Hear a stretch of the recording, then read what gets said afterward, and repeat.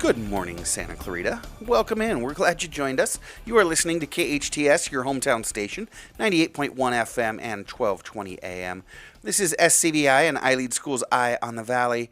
I am your host, Matt Watson, and our show, Eye on the Valley, is brought to you, like I said, by SCVi and iLead Schools. We are a network of charter schools with campuses on the west side of town in Castaic. You know, they say Castaic, that's what it says on our bumper sticker, but it's right off Newhall Ranch Road there in the 5. Anyways, on the west side of town, that is SCVi. We've also got a campus here on the east side of town, just up the 14 in Agua Dulce. Yes, it is closer than you think for you folks in Canyon Country and Newhall and even Saugus. You know, my house in central Saugus is closer to our Agua Dulce school than it is even to SCVi. We've got a couple of campuses up in Lancaster. I'm taking way too long with this intro this morning. We've got a fully accredited online school. We've got a home study program that's just going crazy after the pandemic. It's called iLead Exploration.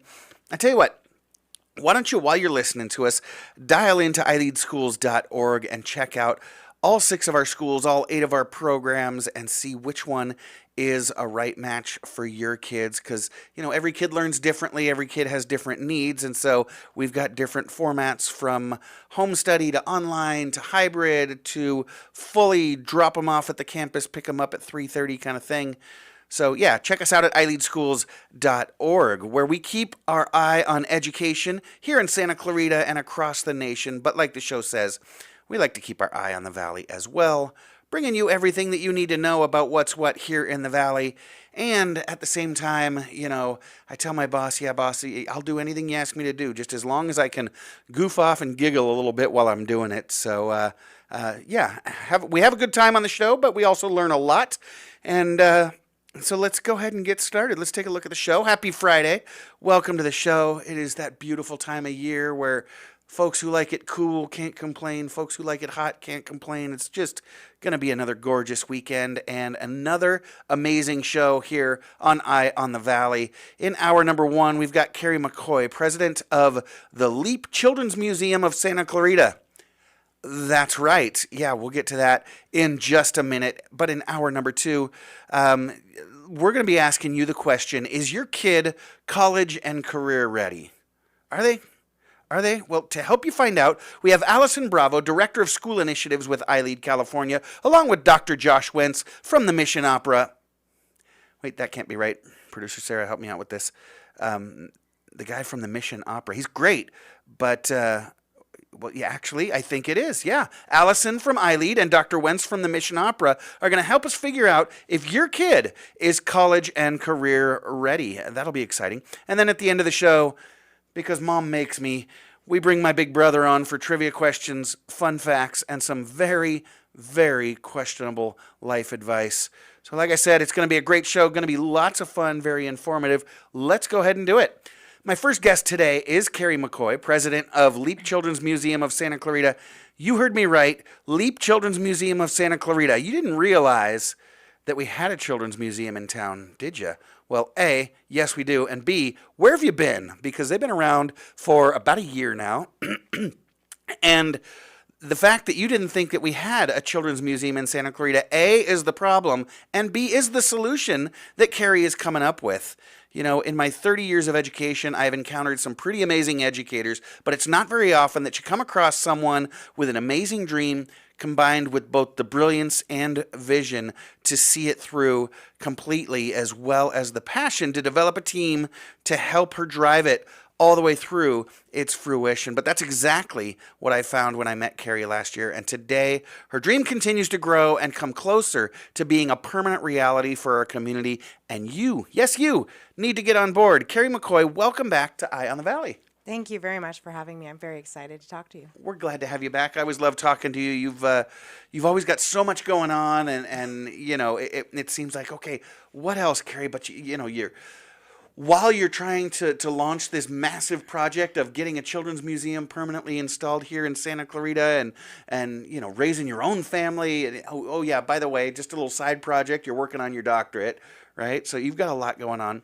But let's start with giving our listeners a little bit of a refresher about the LEAP Children's Museum. We love acronyms at iLead, and LEAP is an acronym as well. Can you tell us what LEAP stands for? Yeah, absolutely. So LEAP stands for Learn, Experience, Act, and Play. So while our board was discussing like what our mission is for this museum, we wanted it to be clear what we hope children to achieve. And my husband was kind enough to come up with that acronym for us. Oh, nice. He's a bright guy as well. He is. Yeah, he's an amazing young man.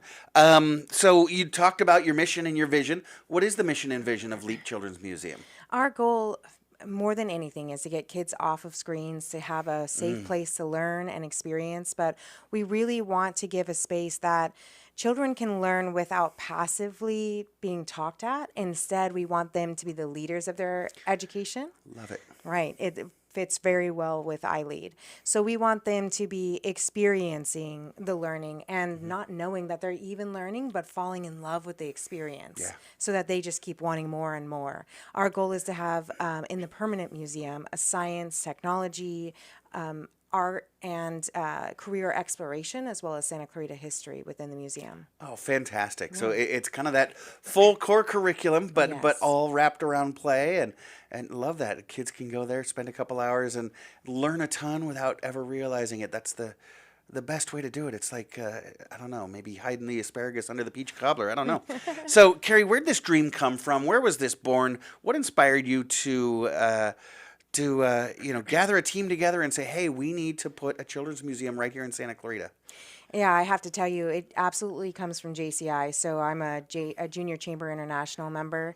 And when I came and found them, we started creating projects together. So I created a financial literacy project for Hart District. Oh, great. And I created a Veterans Resource Fair through JCI. And when I was doing this, I felt empowered. And I felt like the audacity switch had been turned on for me. So when I went on a children's museum a field trip with my kids and I saw the impact it had on them, I thought, how do we not have this here? Yeah. We have 38 parks. We spend millions of dollars in educational programming. It's hot half of the year and then smoky or rainy on other pieces. How do we not have a big indoor children's museum? Yeah. And so I started coming up with the questions to ask people that are community leaders like yourself or like Jason Gibbs and all the city council members, and then Dr. Hawkins from Saugus Board as well. So I started going to COC and meeting with all of these community leaders and asking them, you've established this here, you've established wonderful things within the community. Would you give me guidance on how I can do the same but with the Children's Museum? And all of them agreed that, wow, how do we not have this here? Yeah. It absolutely fits our mission to be a destination city. Yep. And so then I started talking to people and just getting excitement and hype, and found people that were willing to volunteer their times. And we created an executive board. And just every step that we've taken, we've had so much support that it launches us forward a little bit more and a little bit more. And you talk about proof of concept. We'll get into that in just a little bit. But last year, you put together quite an event, and we saw families coming from Santa Barbara, Lancaster, Long Beach for an hour and a half of this experience. So absolutely proving the concept. Now, last time you were here with us, we were talking about an event that you and your board threw on April 1st for April Fool's Day, called A Night at the Museum. Can you tell our listeners what that was, and then how'd that event go? Yeah, absolutely. So JCI actually put that event on for us. We have a partnership arrangement where they support us with a fundraiser each year and volunteerism, and then in turn we will continue to help their brand, and we will have eventually a space that they can use. So they put on a Fool's Day fundraiser for LEAP Children's Museum, and it was a great time. Like, we had a lot of fun. We had about 55 guests, and we had over $10,000 in sponsorships, and then we also had donations beyond that. So we had 36 businesses supporting just that fundraiser. Wow. It was amazing. Wow. And unfortunately, I was unable to be there that evening, but I heard that the magician that you had was just absolutely amazing. People were losing their minds with this guy. Yeah, Chris Canfield really gave us so much of his time, and he was so engaging, and all of us, we had guests, we had community leaders like crawling on the floor. It was amazing, the engagement he called for. I love that. So now, in anticipation of the opening in the opening of Leap. You and your team have been great at letting the community have a sneak peek or a taste of what a place like Leap can offer Santa Clarita. Last summer, and I alluded to it before, y'all opened well, kind of changed a little bit. You opened what was, I think, intended to be a one weekend pop up. Yes. And that was so popular. The owners of the mall actually begged you to keep it open for several weeks longer. Can you talk about the pop up that y'all launched last year? What was it? What did you do? What was the theme? Give us all the details. Yeah. Initially, we had this one weekend pop up plan just to give a sample and to see how it was received. Okay. But we had such sad stories of parents telling us that they had tried to get in and they couldn't, Yeah. and we had to keep a cap because we had a smaller space to work with, and so we ended up having to extend it because the mall had also felt that it was going so well. So they asked us and the parents asked us. And so we decided to extend it just one additional weekend because we hadn't prepared with the volunteers. Right. We really just wanted to give a little sample to the city, and we didn't know it would be met with so much excitement. So just in those 2 weekends, we had 1,700 people come. Yeah. And like you said, we had only had a month to put out press, and it was only local press, but people came from Fresno and Bakersfield and Frazier Park and Monrovia, all over. Yeah.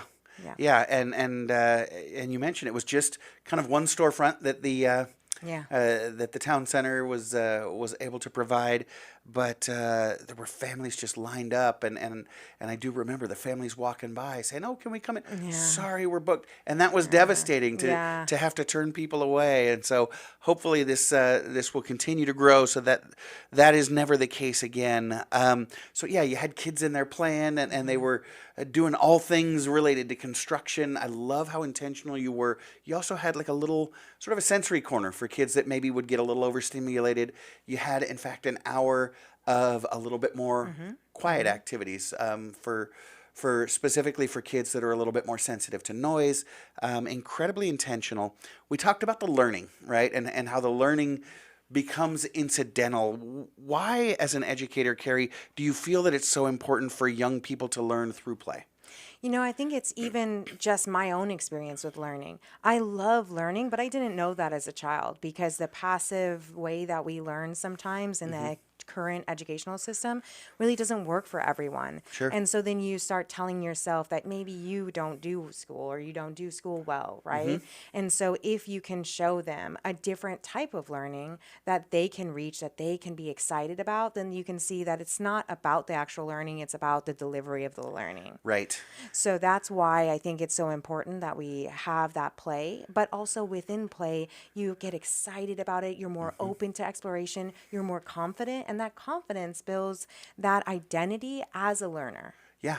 Yeah. It's you don't have that pressure to perform, right, or do it like the teacher's doing it, or like you're told to do it. You're just playing, you're expressing yourself, and the learning comes just naturally, almost as a sidecar. So an amazing event last year, and so many families coming in to beat the heat out at the Valencia Town Center. But you're doing it again this year, right? Tell us about the pop-up that you're planning this year. Yeah, and you mentioned with the construction one, the idea is that until we have a permanent space, we want to showcase all of the incorporations that we want in the permanent space. So one of them is career exploration. And so we're doing different themes to also indicate to children different careers out there that they might not already know, because as a school counselor, it was something that I saw consistently that students were only choosing careers that they knew. So if I can expose them to more careers, then we have better exposure, especially for the industries that are looking for employees here in Santa Clarita. So this one is going to be a Healthy Heroes event. So the goal is to show them total health. We have physical health, nutritional health, and mental health. Oh, great. Yeah, and so they're all sectioned off, and we have a great amount of support. Of course, iLead has been the most wonderful support that comes in so quickly and believes in this mission. And then we have UCLA Health that's going to be supporting us with this as well. But and Smile Republic has created a dental area. So he's brought in like a dentist chair, and he has a whole setup for kids to play and explore the world of dentistry. And then next to that, we have a full operation table, an operation as in the game. but like an adult size operation. Oh, okay.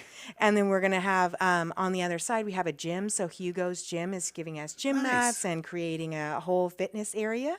And then we'll have a nutritional area where there's a garden and a grocery store. And in the back, we'll have science for mental exploration, for mental exercise. Okay. And then we'll have our low sensory reading area, and we'll have a coloring area. And we'll, again, have the low sensory hour each day. Fantastic. Kari, there's so many different details that I want to ask you about, but we're going to take a quick break. We're talking this morning with Kari McCoy, president of Leap Children's Museum of Santa Clarita. She's going to tell us exactly when and how your kids can visit Santa Clarita's first and only children's museum, and much more sooner than you even think. Stay tuned. I'm Matt Watson, and this is SCVi and iLead School's Eye on the Valley. You're listening to your hometown station, KHTS. Welcome back. You are listening to KHTS, your hometown station, 98.1 FM and 1220 AM. This is Matt Watson. You are listening to SCVi and iLead School's Eye on the Valley. Super excited this morning. I'm joined by the president of Leap Children's Museum of Santa Clarita, Kari McCoy. You spell it with a K, and that always throws me off. I try to get ahead of myself. Sorry about that, Kari. So we were talking before the break about the summer pop-up that, originally started last year with the idea that, hey, we need to show our sponsors and other community supporters that this is a thing. There's a demand for that. Obviously, not only did you knock it out of the park, you knocked it out of the parking lot last year just with the tremendous demand. And clearly this is something that Santa Clarita needs and will absolutely benefit from in so many different ways. You hosted a one-weekend pop-up children's museum last year revolving around construction, building, architecture, design, engineering, and the kids just absolutely loved it. And you're back. Well, they loved it so much that you were asked to come back for the entire month. You extended it one weekend because, that was already doubling your capacity. Right. This year, you're going a little bit longer. So let's give folks the details. You're coming back this summer with another pop-up children's museum. Again, the theme this year is healthcare heroes. Is that what it was? Yeah, healthy heroes. Healthy heroes. Yeah. There we go. Where you're going to be focusing on physical and mental health. So you're doing a one weekend, 2 weekends. Give us the details. When and where? How can folks attend? Awesome. So we are going to be there for 5 weekends. We'll be there Five weekends. Yeah, because we do not want people telling us, oh, you were sold out, I couldn't come. We want everyone to get to experience it, especially because we close up shop and then it's gone. And so we want to make sure everybody gets a chance to come in. Sure. So July 7th or June 7th until July 6th is when we'll be there each weekend. And anybody with interest in finding out information can follow us on social media or can go to our leapmuseum.org, and all of the details are right there. But each day we'll have sessions from 9 to 4 p.m. We'll have a low sensory hour at 12. You're going to want to reserve tickets so that it doesn't sell out like it did last year. You want to make sure you get in there. And we will sometimes take in walk-ins if that hour isn't capped. Right. Because if we have 60 people in there, we really want to make sure that everyone's having a good time, and you can't have it if you have 100 people coming in. Oh, absolutely. And I do remember last year we had families that, last minute things come up and couldn't make it. And so you wait 10, 15 minutes and then, come on in. Exactly. So, but you don't want to wait and be on standby. Nobody likes flying standby. You certainly don't want to be standby for the Children's Museum, having your kids pressing their faces against the glass, watching all the other kids have such a great time. So get your tickets at, again, it's leapmuseum.org. Yep.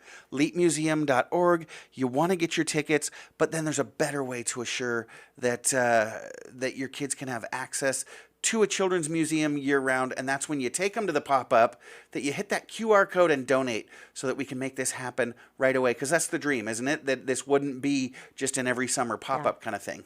Yeah, yes, and we are also going to have volunteers. So if you really want to see this happen, as much as you can volunteer for us, take a 1 hour or a 4 hour shift one of these weekends, that would be great. But the goal is to have a permanent space, and my goal is to have it breaking ground within the next 2 to 3 years. That's my goal. Okay. And we have great partners. So Valencia Town Center is chatting with us about trying to find a space to make that dream a reality. You do have some great partners, and let's talk about that, because Absolutely, this is an idea that everybody that I talk to, I'm sure everybody you talk to says, yeah, no brainer. Yeah. Why? How is it possible that in 2024, last year, you were the first person to come up with this idea? But then you and your team have done an amazing job of connecting, and everybody's jumped on board. Who are some of the folks, you mentioned a few that are going to be sponsoring this year's pop-up, but who are some of the folks, the organizations and individuals that you're partnering with to help you get this across the finish line? Yeah, so we have a whole board, and our board is with Alex Affizi, Cesar Torres, Jimmy McCoy, Travis Hills, Emily Pint. We have Katie Simpson. We have a whole board of people that are working on this. Phenomenal. And we have new members that are coming in, and then we have an advisory board that we're working on as well. So there's a lot of individuals that are donating their time and giving their time to creating this.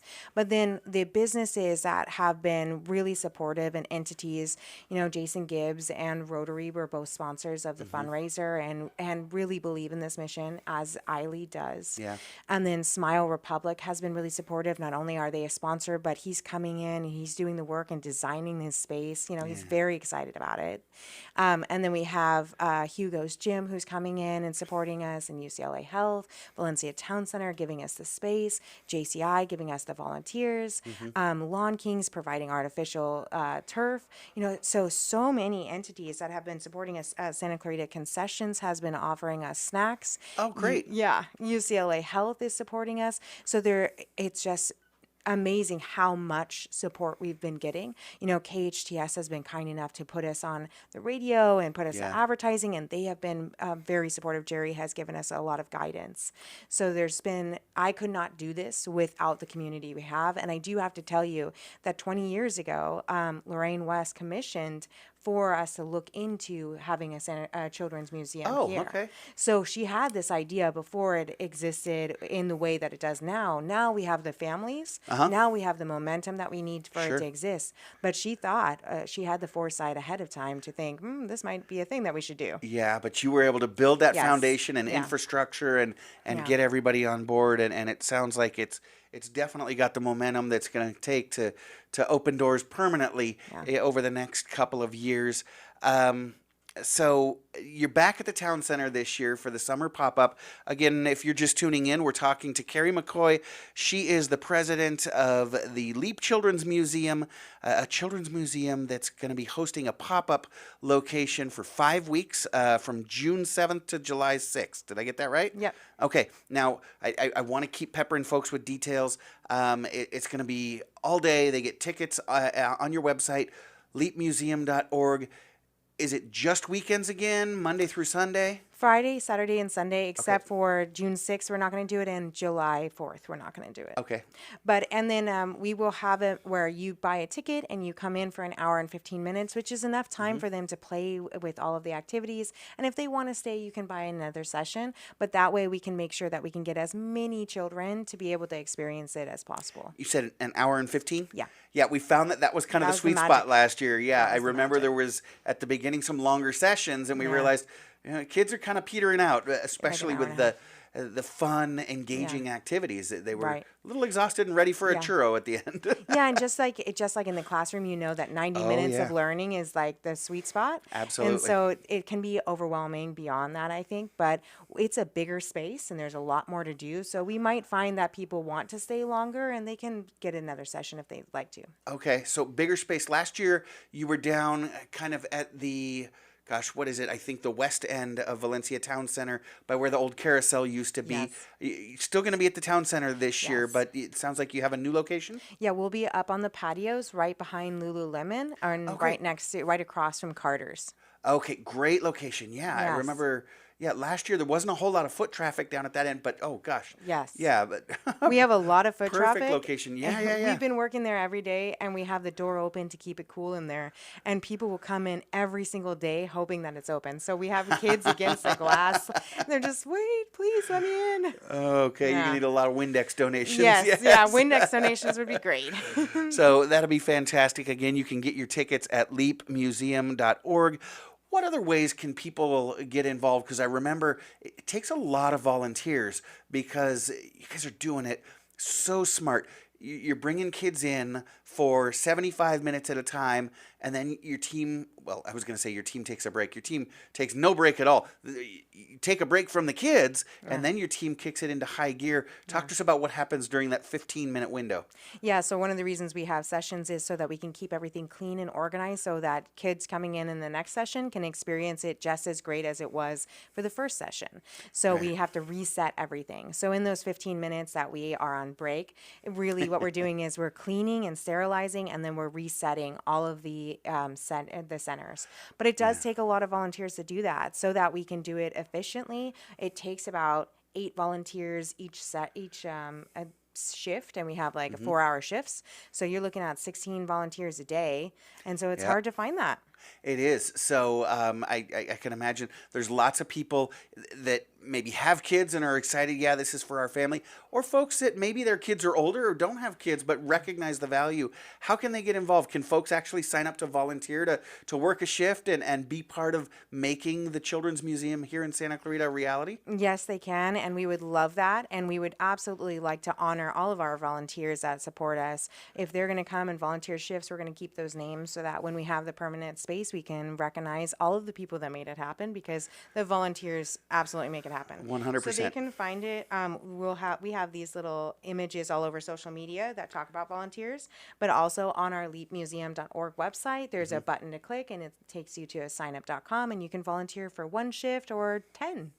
Oh, yeah, fantastic. Yeah, and it's especially if folks do have older kids. I know producer Sarah got her kids involved last year, and they were volunteering. What a great thing to do. Bring your older kids in and get them started in volunteerism, community service, and giving back.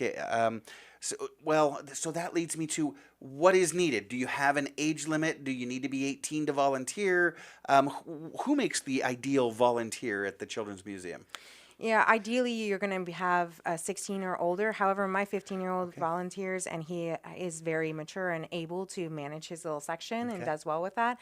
So a good volunteer would just be able to be present for those 4 hours, be there promptly, be able to understand the instructions, and then be interacting with the children. They don't have to be teaching the children. They'll just have like a little section, and they'll be resetting that section, fixing things so that it looks nice for the next child. Right. And then if a child doesn't know how to interact with the session, they might be modeling for the child different things that they could do in that section.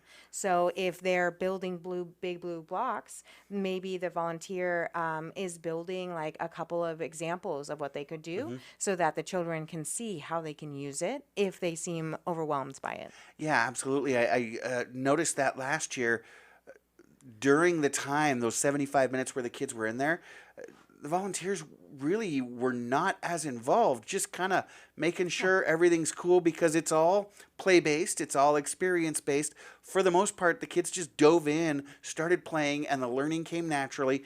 Maybe once in a while you prompt somebody. There was a water station I remember last year that some of the volunteers would step in and say, "Look at this. Did you notice that it can do this?" Yeah. Prompt the kids, and then right away step away and let the kids go wild with it. Right, and part of the reason we do that is because the parents are there as well. Yeah. So the parents stay with their children the whole time, and it's a great opportunity for parents to have quality time with their children. So a lot of what we saw was parents coloring with their children or building with their children and getting in there, and that is quality time for them to spend. If you're not sure how to play with your child, you get bored of your child. I mean, I have them, and I know that sometimes it can be hard to be on the same wavelength. So this is a great place for them to build that connection. To connect, yeah, absolutely. And so if volunteers are thinking, I don't know if I could get in and teach a session or handle a group of kids, you don't have to. You just mostly be there to help clean up and reset in between shifts, and maybe for a couple of minutes play with a kid, but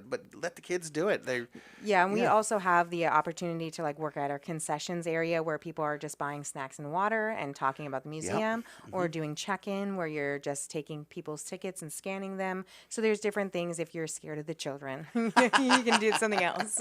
Yeah, and believe me, they're going to be well distracted by all the different displays and activities. Carrie, is there anything else that you want our listeners to know about the Leap Children's Museum, either this summer, the pop-up, or the future eventual vision to open a permanent children's museum here in Santa Clarita? I think the most important thing to know is please share about it, because for this dream to become a reality and for us to have a permanent space, you all need to be talking about it and getting involved however you can, whether that be volunteering, sharing about it, coming to an event, telling a child about it, or telling a parent with a child about it.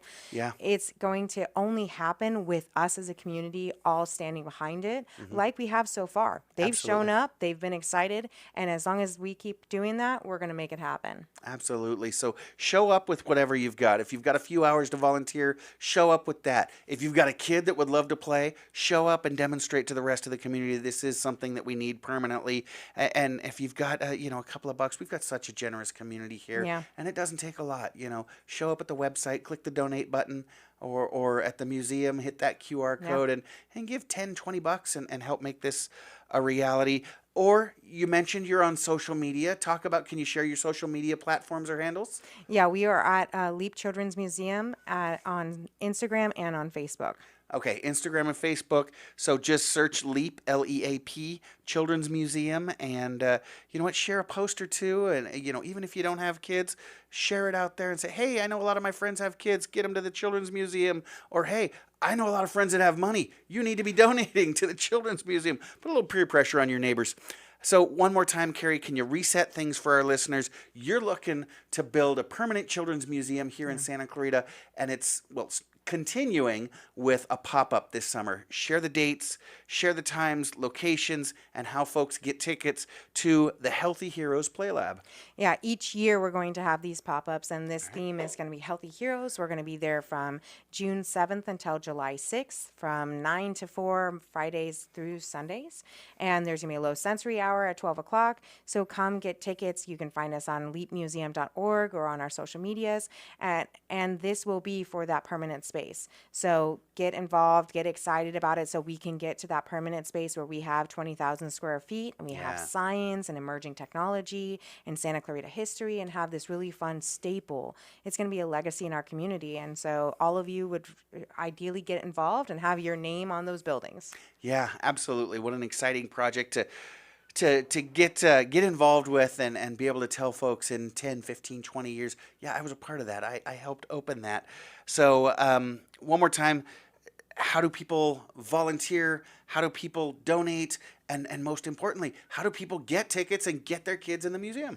Yeah, and you can get tickets. You can come by and see our banner and scan it right there if you're on the patios, or you can go to leapmuseum.org, or you can go on our social media platform, and you can do that for volunteerism as well. So we have posts about volunteering on our Facebook, on our Instagram, and on our website. If you want to donate or your time, or if you want to donate your money, you can also do that at leapmuseum.org. So pretty easy. All of your stuff right there is at the website. Yeah, and it's funny. I keep saying this summer as if it's kind of far 2 off. weeks. Kari, 2 weeks.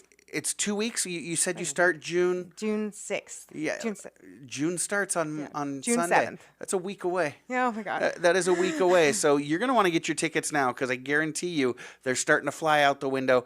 Get your tickets so that you're not like the families that we saw last year that were saying, oh no, you guys were sold out and I couldn't get there, and we stopped by the mall, but you guys were full and it was devastating. Look at my kids cry. Please let them in. No, we keep it at a tight group so that it's not too crowded and everybody gets to enjoy the experience. So do get your tickets today at leapchildrensmuseum.org. Kari McCoy, president of Leap Children's Museum of Santa Clarita. You and your team are just making it happen, and at iLead, we are so fortunate to be able to support your great work. We'll see you this summer, but we will see you next week at the Leap Pop-Up Museum in Valencia Town Center, leapmuseum.org to get your tickets or to volunteer. Kari, thanks for joining me. Thank I you very appreciate much. it. You get your rest this weekend, because this summer you're going to be busy.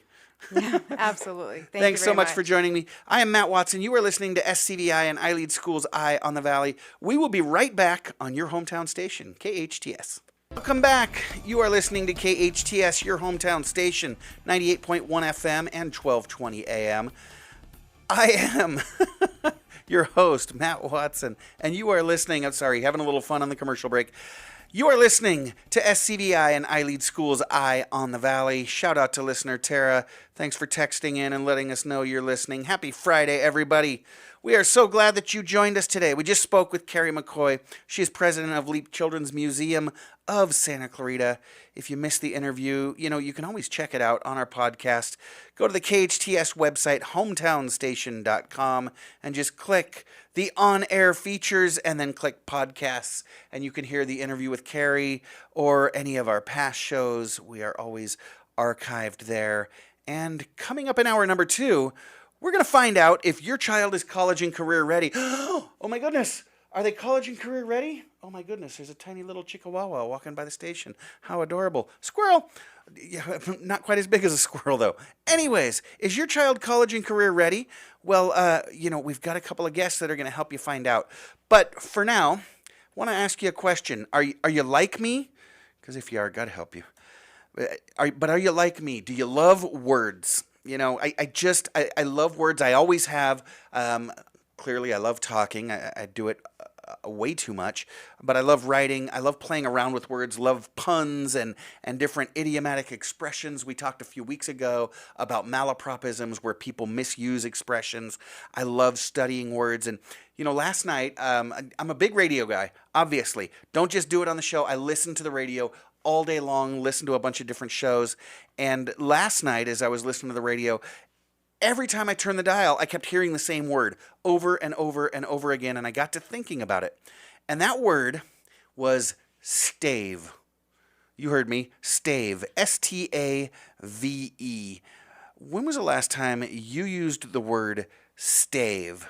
See, what happened is last night, the New York Knicks beat the Indiana Pacers in the NBA playoffs. I believe they are in the, Western or Eastern Conference Finals. And Indiana was leading the series 3-1, and it's the first team to 4 wins the series. And so one more for Indiana would have eliminated New York. So when New York won last night, sports talk radio programs all over the country were talking about how the Knicks staved off elimination for at least one more game. They staved off elimination, and that got me thinking. You only ever hear the word stave in conjunction with the word off, right? It's you stave off an infection, you stave off elimination. Don't know that I've ever heard it any other way. It means to kind of hold or withstand, but usually only in conjunction with the word off, right? Nobody goes out and staves a bag of groceries, right? Or, they're trying to break in, Andrew. Stave the door. Right? No, you don't stave the door or tell the kids, here, stave the dog for me so that he doesn't get the mailman. No. So I looked it up last night, and it's called a word fossil. Right? I went to my favorite machine, the old AI machine, and AI told me it's called a word fossil, a word that no longer has any meaning unless it's combined with another word. So, Andrew, can you think of another word like that where in and of itself has no meaning? The word stave, it's got an ancient meaning. If you look it up, it means a post or something like that. But the verb stave, like to stave off, has no meaning on its own until you add the word off to it. It's called a word fossil. Yeah, no, none that come to mind really. I mean, I did a quick, Google search right now. Just what came to mind was champing. I don't know if you can champ anything, but unless it's off the bit or of the bit, what is it? Champing? Oh, chomping. See, okay. Chomping. Okay, it's chomping at the bit. Yeah, that comes from horses that get a little bit anxious and ready to go. But you can chomp your food. You can chomp a piece of steak. But you're right. That is a fun idiomatic expression. Chomping at the bit. I don't know about word fossils now, and actually never really heard of it, or I probably have. I know what it is, but never realized that that's what the phrase was actually called. Well, neither did I. and I was an English teacher for years. A big fan of the English language. Like I said, I'm always analyzing words and expressions and things like that. But again, I went to the old AI machine, and she, I don't know why AI and my phone, always females, probably because Alexa, and I don't know. I don't know. But she spit out quite a few examples for me. For example, adieu. Not adieu in French, but adieu. Adieu. It's always used in conjunction with much. Right? Much ado. Much ado. Right? Much like ado much about ado about nothing, exactly. Or without further ado. and that's about it. But you don't hear. Because stand alone, then you just mean Adieu. the French. What does it version, mean? yeah. It doesn't mean Doesn't anything. mean anything. Again, different than the French adieu, meaning Right. goodbye. It's just adieu by itself. It means absolutely nothing. Not the rock band, but the word beck. Beck, Right? Beck and call. Boom! There you go. Great job. You're getting good at this, I was like, Andrew. okay. Right. Someone's at your beck and call. And Doesn't mean a thing. It's not beckon. It's beck, Beck and and call. call. Alone means nothing. What about eek? E-K-E. Not like eek a Eek. mouse. That's E-E-K. But E-K-E, right? Eek. On my meager teacher's salary, I'm able to eke out a living. Okay. But and you eke out of a win or something Yeah, like eked out that. of the win. That's what I was going to But go it's with. always eke out, right? Yeah, eke out. Right? Right. So what does eke by itself mean? Nothing. Absolutely nothing. Same thing with fro. And no, I don't mean like, polka fro. dot afro. No. To and fro. To That and is. fro, right? Nobody ever goes fro. Right. You go to the store. to You don't and go fro. fro the store. It's actually short for from, right? But Okay. we don't use fro anymore unless we mean to and fro. How about kith? Kith. Kith? No. No, I'm not lisping, Right, and you- no, yeah. I'm not asking you for a kith. No, but Clark Griswold in Christmas Vacation talked about the warmth of being at home during the holiday season with kith and kin. Okay. Again, but kith, it refers to friends and acquaintances, right? So it means friends and family. Okay. But what are you doing this weekend? I'm gonna go hang out with some kith. My kith. No, don't. No. You might be going to the kith concert, but how about low? Low. Like I lo mean, and I was just behold, like, oh, okay. right? So yeah, again, it's an old word that means like, hey, check it out, hark, behold, right? But no, we never use just low. How about wedlock? Wedlock. You only use it Yeah. in terms of out of or within, of, right? within. They had a child out of wedlock, or no, they had all their children Right. within That wedlock. reminds me of Mean Girls. Yes. It's overwhelmed or underwhelmed. Can Right. you be whelmed? No, right. Well, you know. Yeah. Big T will tell you that often he feels whelmed. So, there's a lot of words. They're called word fossils. Are you like me? Do you think about these things? If you are, you're really, really weird like I am. Coming up, Allison Bravo, Director of School Initiatives with iLead California, and Dr. Josh Wentz from Mission Opera. They're going to help you determine if your kids are college and career ready. Stay tuned. I am Matt Watson. You're listening to SCVi and iLead School's Eye on the Valley. We'll be right back on your hometown station, KHTS. Welcome back. You are listening to KHTS, your hometown station, 98.1 FM and 1220 AM. This is Matt Watson, and you are listening to SCVi and iLead School's Eye on the Valley. In the first hour, we were talking about the Leap Children's Museum. We had Kari, McCoy, president of the Leap Children's Museum of Santa Clarita, on. Then we were talking about word fossils. I was my curiosity was piqued by the word stave. Right, and you only hear the word stave in conjunction with the word off. And I talked about the examples of staving off infection, staving off elimination in the playoffs. And producer Sarah rolled her eyes at me via text and said, hey, Watson, women stave off advances from men on the daily. And that example didn't occur to you, did it? Nope, because I guess I'm the one that they're usually staving off. But let's go ahead and move on now. Now, on Eye on the Valley, I've got two of my favorite guests of all time who I never imagined would be appearing on the show together. But lo, it is happening today. Another word fossil. Allison Bravo is iLead's Director of School Initiatives, and Dr. Josh Wentz is the founder and artistic director of the Mission Opera. What do these two have in common? Well, a couple of things. First of all, they are both phenomenally passionate young educators. And two, they are working together to build iLead's career and technical education pathway in the area of arts, media, and entertainment. Allison, Josh, welcome back to Eye on the Valley. Thank you, Matt. Happy to be here.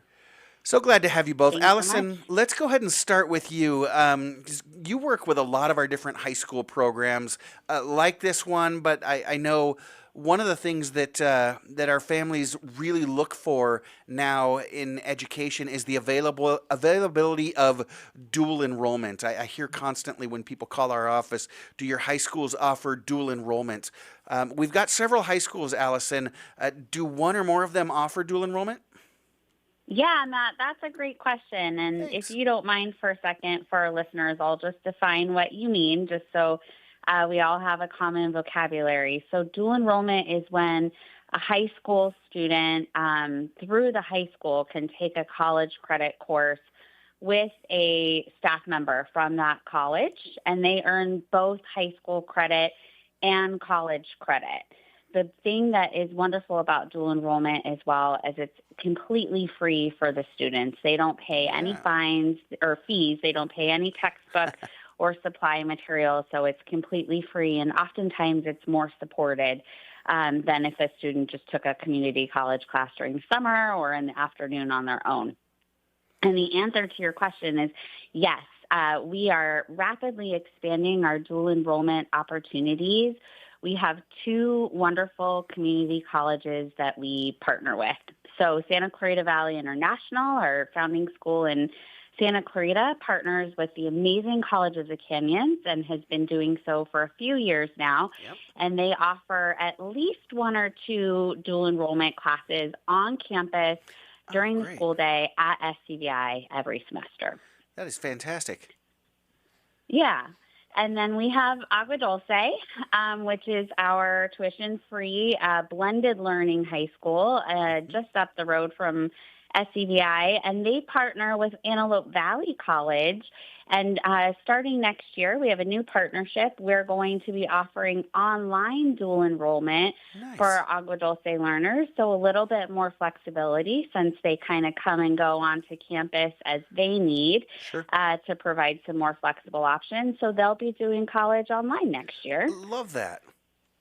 Yeah, and then kind of going up the road, we have Empower Generations, which is our school for pregnant and parenting teens and other youth who need some extra supports. And they have a fantastic child development or child family education pathway that by the end of it, those students will actually graduate with the eligibility to be preschool aides or assistant teachers in preschools, and they'll only need a few more classes after they graduate to be fully licensed preschool teachers. Beautiful. So they're getting that college work done while they're in high school. That's amazing. Absolutely. That leads to high-skilled, high-wage jobs, which is what we want. Empower Generations will also be offering a few online dual enrollment college credits to earn high school graduation credits next year. That's new as well.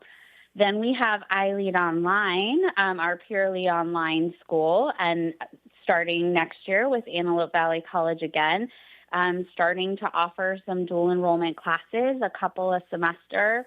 Eventually, iLead Online will be offering early college high school, which means that students will be able to get their AA as well as their high school diploma all within that 4 years of traditional high school. Fantastic.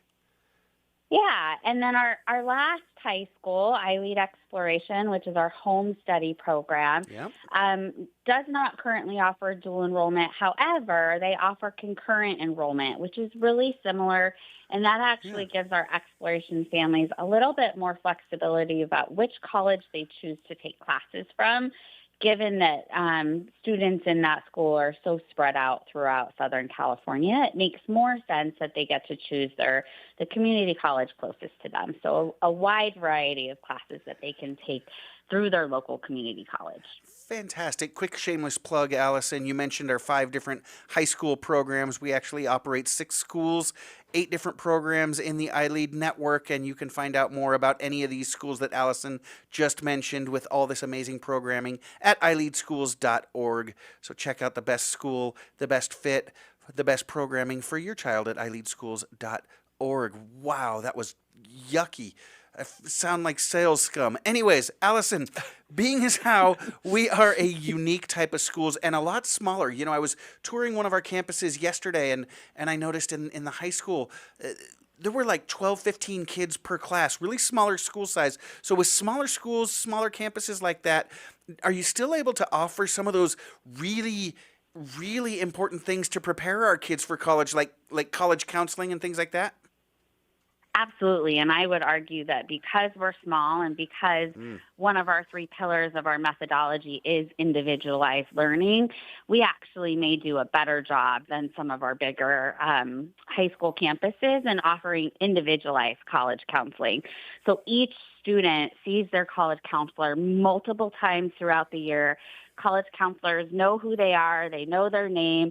Each student gets an individualized graduation plan starting oftentimes in 8th grade or even lower.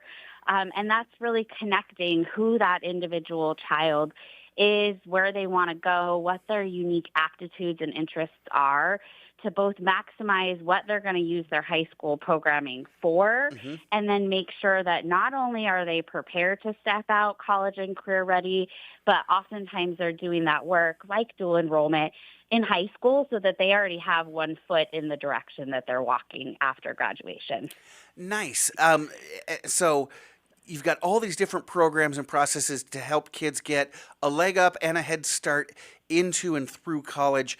But, one of the other hosts around here at the station, Allison, often reminds me, not all kids want to go to college. Not all kids are looking for careers that require college. So what about those kids that are looking into careers that don't necessarily require a college degree? Yeah, thank you for mentioning that. And quick personal story.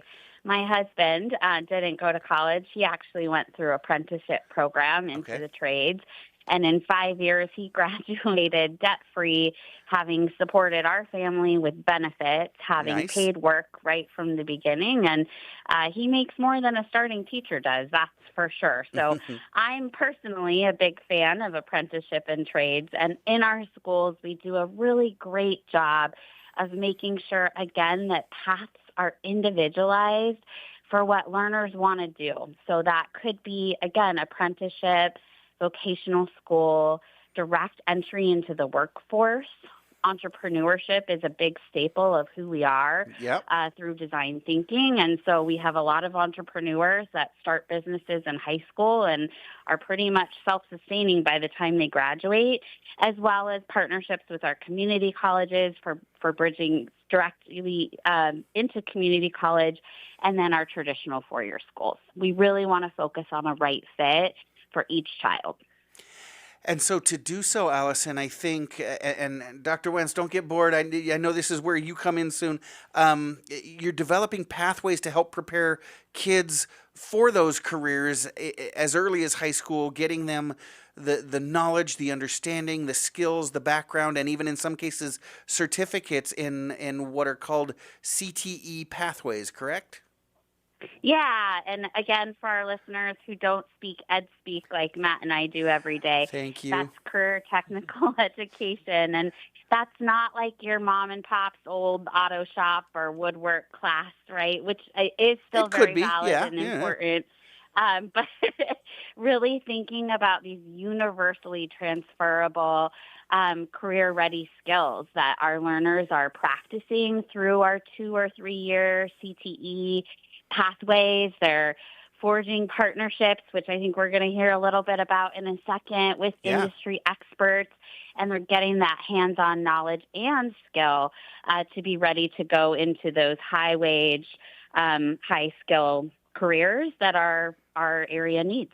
Yeah, it definitely. And I love the way iLead has built it around our area's needs, not looking at, okay, we have staff that can teach this, so we're going to teach kids, underwater basket weaving or what have you. We looked at the market and where we saw a dearth, a need, we built career pathways around that. And Dr. Wentz, I think this is where you come in. You're a member of our newly formed Arts, Media, and Entertainment Pathway Advisory Council. So why don't you start by telling us a little bit more about, what you do for a living, and then why you decided to join the Advisory Council for this Arts, Media, and Entertainment Pathway. Sure, yeah, I was so excited when iLead contacted me to be part of it. I actually had the similar privilege of having to put together a very similar CTE advisory board for a program that I was developing and proposing, where I teach full-time at Los Angeles Mission College in Sylmar. So in teaching at CSUN, I have colleagues that also run the music industry sector, which are placing students in jobs that are within the music industry, whether it's publishing or copyright or tour management or different things like that. So it was very near and dear to my heart when I was contacted, and I just thought it was a great opportunity to be local. You know, I live in Castaic, and the headquarters is now in Castaic, right down the road from me. I thought there's no way I can pass up on this. And I tell you what, Matt and Allison, I was so impressed when I walked in and saw the variety of different people that were chosen to be part of this advisory committee that represent so many different parts of the industry. When we talk about the industry, you know, it's this huge industry. It's like, what does that even mean? But folks from film and TV, folks from performing arts, folks from the nonprofit world, folks from education, all these different areas where the students can excel and can find a niche or a path to go on. So I thought that was really important. I have a couple different roles. I run a local nonprofit called Mission Opera. So we're providing a lot of jobs in Santa Clarita Valley in the arts and entertainment sector, as well as my roles as professor of music at the community college as well as the university. So it's exciting to be part of this and see students that are ready to jump off into the next step of their career or their education. And I think it's great that you brought up and you asked, what about the students that don't have, that don't really want to go to college or want to take a break or whatever? At the first advisory meeting that Matt and Allison and their team put together, it was really exciting to see 4 amazing students that presented their senior projects and their work. And I was just immediately amazed by what the iLead system is doing and what they're providing for these students. I said right away, I want to provide internships to these guys. We have a bunch of shows coming up. We're doing, a bunch of operas and musicals and different things and concerts and events where they can get real life practical experience outside of, they get a lot of great experience in high school already, but then it's taking this new bigger thing that's, or a professional opera company, Opera America member company. And it has not only professional singers and people, traveling artists from all around the world, but local community people, and see how they can fit in creating a large scale show. Right. And so, I invited all 4 of them, and 2 of them took the bait. And so I had a young lady that wants to be a stage director. Okay. And I paired her immediately with a amazing budding stage director that's a female stage director that's doing our Tosca, named Justine Manro Prado. Okay. Who she's going to be hand in hand with, learning the process of, everything from behind the scenes, all the production. It's not, directing isn't just about telling people how to smile on stage and where to come in and, the blocking and stuff. So it'll be great for her to be in the front seat with Justine, learning directly from her and having more of a one-on-one internship. And then we had another young man who loves to do lighting, and he told me he's not going to college next year. He said, I want to get a couple years in the working. And I thought this is perfect because we have a fantastic lighting designer that you can study with. But then that's a small part of it. And I said, I want to encourage you to also work with the scenic designers and the video production people so that you start to cross over and learn more of these technical skills. So it was just such an amazing treat to see what it is that the iLead system is doing and the growth over the years. I had no idea how many more campuses and how many more entities that you guys had, but also to see what is produced by your students and how many great projects they're doing and what they're interested in. It was just really inspiring. And what a great match for the advisory council and a lot of other folks like yourself and other sectors of the arts, media, and entertainment kind of world. So y'all met for the first time as an advisory council, and again, your role is as the industry experts is to kind of guide our programming, advise us as educators as to what would be, the best way of going about preparing our students for careers in the arts, media, and entertainment. So you met the first time a couple of weeks ago. I know you broke bread and you had some conversations you saw and met with some of our students, but were you able to develop a vision or what would the council like to see in terms of how our local charter schools are preparing kids for careers in arts, media, and entertainment? What were some of the outcomes of that first meeting? Well, yeah, it was really well executed, organized, and designed to get feedback. The first meeting is always very much data driven in any organization like that, in any committee. And Allison can jump in here, but they did a lot of great table work as well as coming back to the big group and talking about, well, what is important? And what I thought was a great question was, what does the industry need? What is the big areas of training where students get out and they have a high school diploma with an arts emphasis, or even a lot of times a degree, an associate's degree or bachelor's degree. Great. They get out of the classroom and they go, oh my gosh, I never heard about this. I never learned about this. They get to the industry and there's a lot of job, on-the-job training, hands-on training.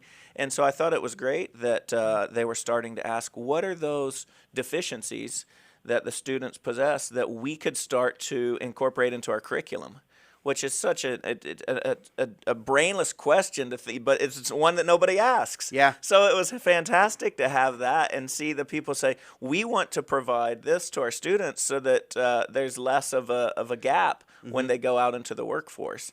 And so I thought that was great. One of the big things that came out of that was, what I mentioned before, that our industry is so wide. So it's really hard to say, well, you should get this technical skill because you're going to go into TV, sound editing, post-production, right? Yeah. Or whatever. There's this little special niches.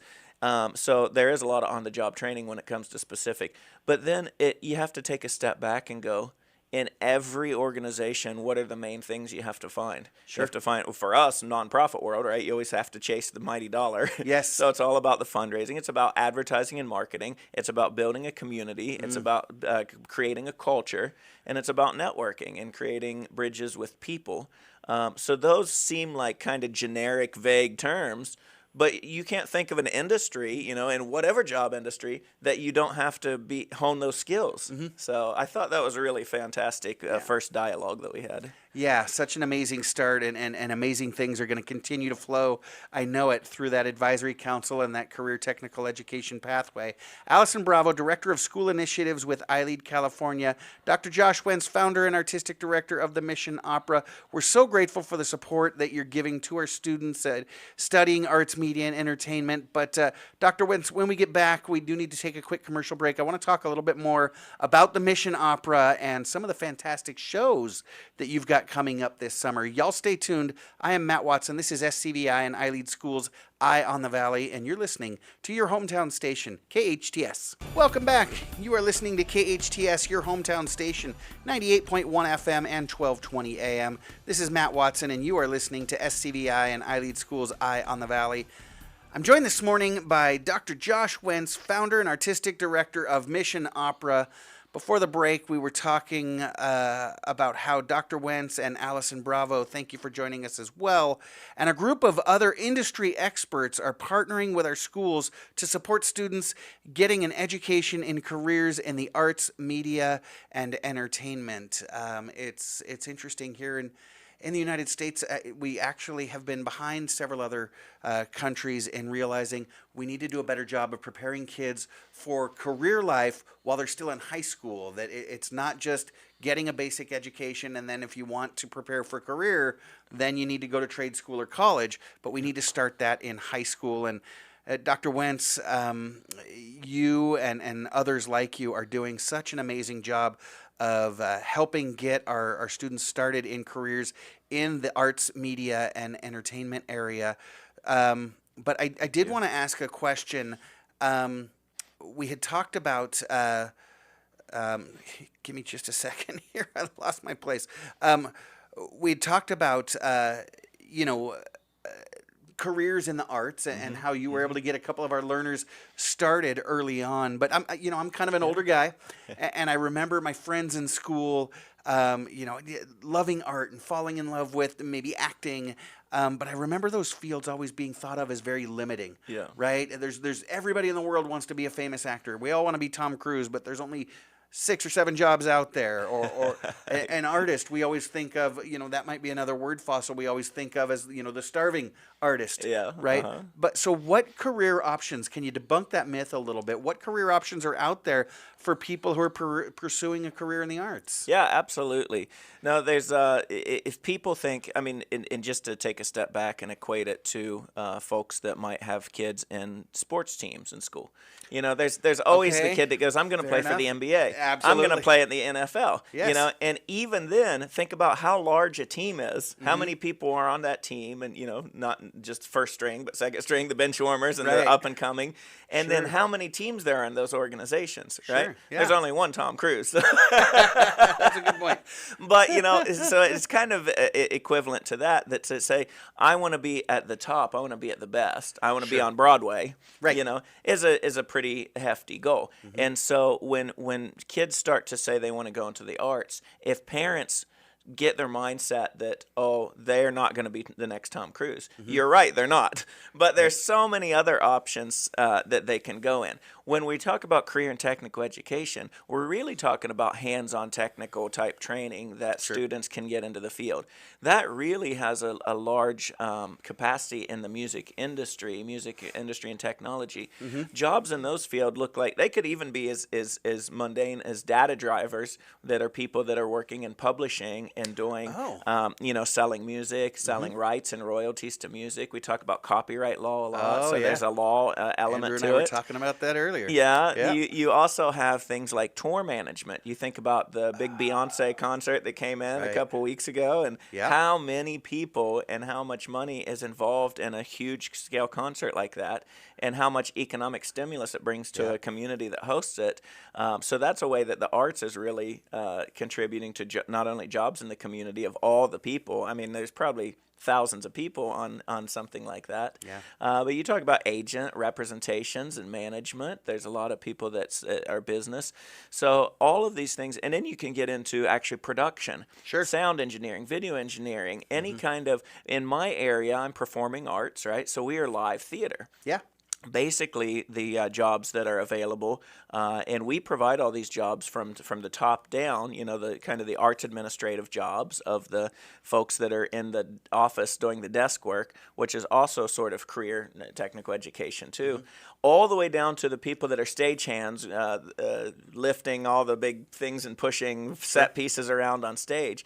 But you think about, you have at every show, we have our artistic director, executive director that get together, and we hire designers, we hire stage director and assistant directors, we hire a conductor, music director, rehearsal pianist, and accompanist. All these are music related ones. We always audition and hire all the singers, including the chorus and the ensemble people, which is exciting. And then we do all of the orchestra players. And all of these people, with the exception right now, we're having a volunteer chorus, but all of these people get a paycheck for giving their time and talent, right? So in a way, it's a great way to provide jobs for people in the Santa Clarita Valley that have this skill set already. And our interns, our young folks, that came in, I was talking about before the break, are not only doing things that they've already started to get some experience in, like stage directing and light designing, but now I'm pushing them outside the box. And I told Matt outside of the commercial break that they were even out here canvassing the neighborhood and passing out postcards. And they said, I didn't realize how much advertising and marketing went into producing a show, putting on a show. And tons of transferable skills, right? Marketing and advertising is needed in every industry. So if that's something they learn and can transfer into that, but that is fantastic. Now, Dr. Wentz, I wanted to give you an opportunity to talk about Mission Opera because you're doing some exciting things, and boy, you've got a busy summer coming up. So tell us first how your life kind of led you to become a musician and an educator, and then what led to the founding of Mission Opera? Yeah, absolutely. I grew up in a horse farm in Appalachia, so I was banjo picking, country music listening. So of course you founded an opera. Yeah, so about the furthest thing from opera as one can imagine, So I may have been the mailman's kid, who knows? But I ended up, just going through my journey and finding, music in the schools. And, thank goodness at that time there was a healthy music and arts curriculum. And so there were options and opportunities to learn. And I just kind of stuck with it, and I really liked it. I went away for many years. I was doing musical theater, and I finally got into grad school, and I had a teacher that said, you sing really well, and I always got cast as the lead in the musical. Yeah. And then the choreographer would come in and have to re-choreograph the whole stinking thing to meet my poor dancing capabilities. So she said, you can sing, but you just can't dance. Of course, I was offended for about a day, and I said, I think she's right, too. They didn't teach us how to dance when we were corralling horses, I suppose. Although those cowboys, they're pretty limber guys. Oh, yeah. So anyway, she pushed me into opera, and the rest was history, and I really found this new art form that I said, this is so difficult. And you're singing in foreign languages a lot of the time, so you have to really study the languages and the culture and the diction, and and make sure that your voice is training to gain strength, musculature, because you have to sing so powerfully that you're unamplified over a huge orchestra. Right. So it's just it is kind of the Olympics of singing. Okay. So and when I got into education, started teaching, I always taught part-time and performed full-time, and I got to a career path where I finally said, I wanted to go back and get my doctorate, and I thought, if I do that, then I'll end up teaching full-time and only performing part-time. And I said, is that something I want to do? And I did that, and the rest was history, and I never looked back. Something about job stability that people kind of like. I don't know what that is about. Well, and so you brought to Santa Clarita Mission Opera, and so now, and some folks don't even know that we have an opera in town, but it's not just for, your old school, I mentioned I'm an old guy, your old school opera lovers, but you spend a lot of time providing music education to youth here in Santa Clarita Valley. Tell us about Box Top Opera. What is that? Yeah, we try to bring opera to a new generation. So we work with the school systems, the school districts, both in Santa Clarita Valley and, I think we've been in 4 different counties now. Oh, fantastic. We were just working with the Ventura County education area. But we take a very small troupe, 3 singers, a pianist, and an audio engineer, basically, and we go into the schools and we do an hour assembly that's kind of interactive. The students get involved and they start learning about music, singing, opera, and it's tailored K through 12. So if it's a high school production, we end up to start talk about, careers in music and college and stuff like that. Perfect. If it's, K1 and 2, we have to switch task a lot, and it's a whole lot more silly and a lot more interactive. Yeah, fun of singing, yeah. So it's something that we've done for several years now, and I think we've hit several thousand students over the years, and we're hoping to book. We're starting to book now for the fall.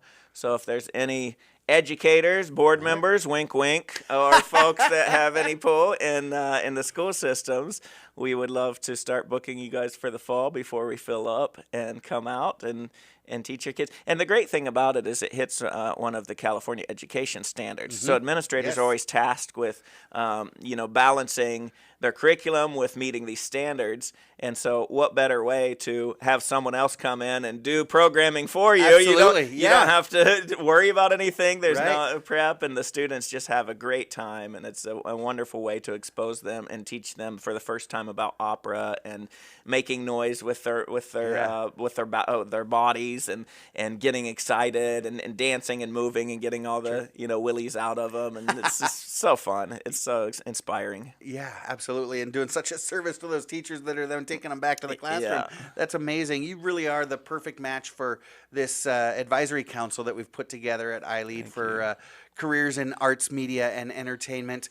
But like you said, you kind of splitting your life between education and phenomenal educator doing great things and the performance side. And speaking of performance side, Mission Opera has got, quite a bit going on this summer. Can you tell us about some of the productions y'all are putting together? Absolutely. The end of our season is marked, our last big main stage show is Tosca.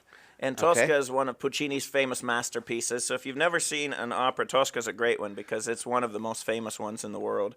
It's going to be June 13th through 15th at coming up Canyon here High real School. soon. Yeah, our main performing arts venue is Canyon High School Performing Arts Center. And we have a couple really phenomenal people coming in. We have 2 casts. I get to sing the evil villain Scarpia, which is going to be a lot of fun. But we have 2 Toscas, and one is a soprano from Brussels, Belgium, named Lisa Huben. Another is a beautiful soprano, a Muskogee Native American soprano from Ohio called Kirsten Kunkel, who's coming in. And so we're bringing in these really high-profile guest artists. And this may be the last time that, for a while, that folks get to see these really great international stars, this kind of international opera singers. Right now, as you probably know, arts are under attack. We're trying to find funding. NEA has been cut, so we've got a lot of resending letters. Even California, our governor's May revised budget has cut a lot of the arts funding out. So throughout the state, there's a ton of organizations that are just closing their doors. So the important thing, I think, that I want listeners to know is that a lot of people say, well, the arts are always going to be here. They're not. No. If we don't support them, there's less and less and fewer opportunities, not only for our students and our job industry, but for people to just enjoy what we have. If you're sitting around thinking, you would rather sit and flip through TikTok videos, for the day than to go out and see some live entertainment, then we end up, having to close our doors too. Sure. So I really encourage folks, even if they think they don't like it, if they think, oh, opera's not, not for me, a lot of the people that I talk to in the lobby at intermission or after the shows say, I can't believe how awesome that was. This is not what I anticipated. This is not my great-grandmother's opera anymore. Exactly. So it's really exciting. That's June 13th through 15th. So coming up in just a couple weeks. Yep, missionopera.com. And then the weekend after, we are gluttons for punishment, I swear. We must be the weekend after, literally the last Sunday of that weekend, we strike the stage, which means we tear down all the set and everything and reassemble. And then we go straight to the main New Hall, right down the street from here, and we build our set for The Guy Who Didn't Like Musicals, our first musical. That's me. That's you, yes. So this is a Star Kid production. It's a hysterical show. It is made famous. There's a American Idol contestant, Darren Criss, and him and his troupe of theater guys created this Star Kids production some time ago, and they started writing these hysterical, they're just crazy, stupid musicals. Okay. So Tosca's is highly dramatic, tragic work. Sure. So you're going to need to recover, so you're going to have to come to both. The next weekend, you're going to have to come and laugh. Fantastic. And so it's the same two evenings and 2 matinee performances, as Tosca is also 2 evenings and 2 matinee performances. And those tickets are available at themain.org or visiting the Main downtown New Hall. Okay. So let's reset for folks. So if they want to go to Tosca, they go to what website? Yep, go to missionopera.com. Okay, and if they want to see the comedy, The Guy Who Didn't Like Musicals, they go to the Main at themain.org. Yeah, www.atthemain.org. And so you've got an incredibly busy summer, but fortunately just those 2 productions, right? Well, we have wrong. We are gluttons for punishment, for sure. We do have an ongoing monthly Bella Notte, which is becoming more and more popular, and it's harder and harder to get tickets. So you want to order tickets in advance to this because we do set a cap at it, so it maintains this kind of small, intimate setting and beautiful evening. It's not too crowded. It's always the 3rd Saturday of each month at Bella Cucina Italian Restaurant. We have a wonderful Sicilian chef there that provides a gourmet 4-course meal for us. It's family style. He keeps bringing out the food, so I love it. And it's always a surprise to what we get. He crafts a menu each month a little bit differently. And we have a wonderful concert with that. We usually have 2 or 3 opera singers and some of the best. It's amazing to see what you get there. And we have a live pianist, and we basically have a concert. So you are paying $85 for your tickets, which includes all of the food, the 4 courses and the concert. No wonder it's hard to get tickets. Yeah, and so, you're going to pay that just for food alone most of the time. Absolutely. And so it's just such a beautiful, intimate setting, and people make new friends there, and people want to come back to see what new artists we bring back and what new items the chef puts on the menu or whatever. Absolutely. So you can check that out. That is so much fun, and it's just And how do folks get tickets tickets to Bella Notte? Get tickets at missionopera.com. Okay. And basically anything at missionopera.com. It'll reroute you to At the Main if you want to get tickets to the musical. But you can find all kinds of information on our website about what we're doing, what we've done, who we are, and what kind of splash we're making in the Santa Clarita Valley. Fantastic. So check them out at missionopera.com. You can get tickets to Bella Notte, the beautiful entertainment and Italian dinner, or Tosca, the classic opera coming up. Or you can go to atthemain.org and get tickets to The Guy Who Didn't Like Musicals. Dr. Wentz, I want to thank you very much for partnering with our schools and for all you do to further the artistic education of so many students here in Southern California. You got a busy summer season, but have a great one. Break a leg at Mission Opera. Yes, thanks for having me today, Matt. Always a pleasure to see you, my friend. Thank you. The rest of you stay tuned. We've got Big T coming up with some trivia, some fun facts, and some very, very, very questionable life advice. I'm Matt Watson. This is SCVi and iLead Schools Eye on the Valley on your hometown station, KHTS. Welcome back. You are listening to KHTS, your hometown station, 98.1 FM and 1220 AM. This is SCVi and iLead Schools Eye on the Valley. I'm your host, Matt Watson, and it is now time for Big T's 5 Minutes of Fame. Big T is an executive and philanthropist. He's an amazing father, husband, and dog dad. And, you know, Andrew, earlier we were talking about word fossils, words that have no meaning unless, they're never used unless in conjunction with another word like stave off or much ado, and his name is becoming a word fossil. You never just hear Tony. It's always, oh, geez, Tony. Here he is, everybody. He's Mom's favorite, Big T. Welcome to the show. Good morning, Matty. How you doing, brother, man?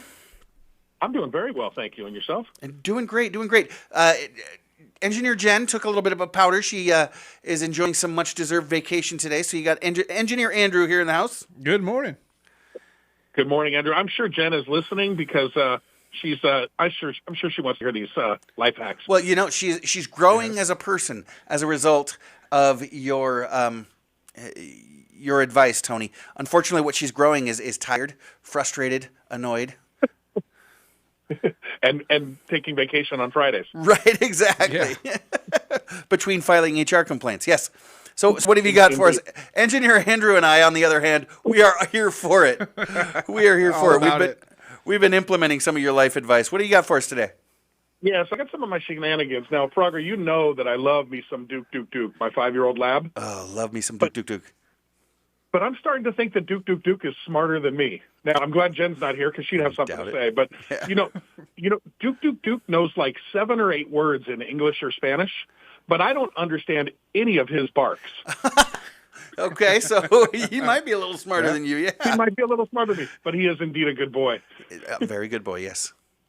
So today I wanted to talk about having some fun with your dog and fun with others, as well as continuing to lower those expectations with your neighbors and your dog, right? Okay. So keep in mind, you know what industry I've worked. I'm not opposed to a little bathroom humor. So the first shenanigan I got is, when Duke is doing his business, whether it's in the backyard or on a walk, I either try to make eye contact with him, or I coach him really loudly, or I just drop his leash and take off running. Kind of like I did to you, Frogger, when you were growing up. Oh man, all 3 of those things are so wrong. No. Now, again, keeping Duke on his toes, right? Every now and then, I give Charlie, who's Duke's brother for the listeners, I give Charlie some asparagus with his dinner. The next day, Duke is sniffing around the backyard trying to figure out what strange dog has been in the yard. Oh man, Big T. You are a twisted man.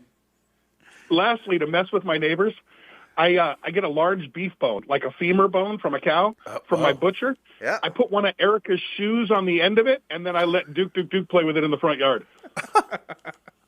Okay. Make it look like you just mauled somebody apart. It keeps the neighbors out of your backyard, doesn't it? It keeps them from coming over and asking me how my weekend's going. Right, exactly. Oh, boy. Alrighty. You got any trivia for us, T?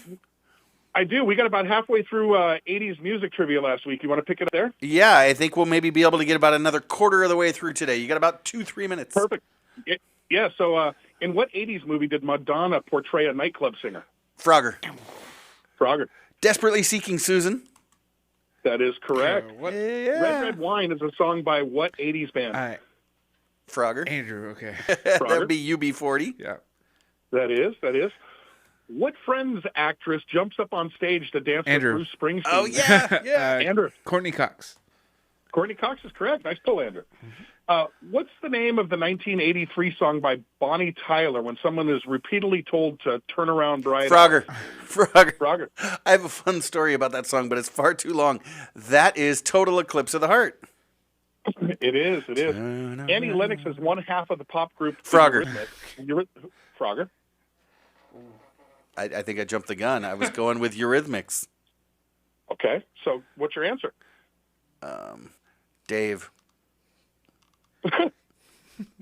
Incorrect. Need more information. Andrew, you got it? Nope. Yeah, information. Well, I mean, I have a guess. How about but you want to hear the rest of the question? Yeah, the rest of the question. So Annie Lennox is one half of the pop group the Eurythmics. Who is the other? Okay, you got me there. I'm sticking with Dave. Let's go, Dave. Dave Stewart is correct. Okay.